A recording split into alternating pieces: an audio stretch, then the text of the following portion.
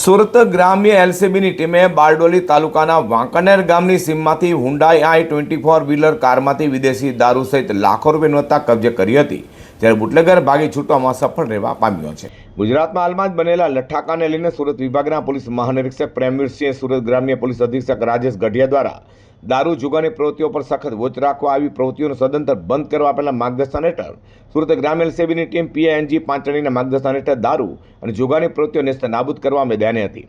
ત્યારે PSI મથાણીની ટીમના ASI દીપક Anandrao, ASI Rajdeepsinh મનસુખભાઈને મળેલી બાતમીના આધારે બારડોલી તાલુકાના વાંકાનેર ગામની સીમમાંથી વોચ ગોઠવી હતી. તે સમયે ત્યાં આવેલા હુન્ડાઈ i20 કારને અંતરવાનો પ્રયાસ કરતા કાર ચાલકે કાર ઊભી નહીં રાખી વાંકાનેર ગામની સીમમાં ઇન્ડિયન ઓઇલ પેટ્રોલ પંપની બાજુમાં આવેલા વોલ કમ્પાઉન્ડની દિવાલ સાથે કાર અથડાવી દઈ કાર ત્યાં જ મૂકી ભાગી છૂટ્યો હતો.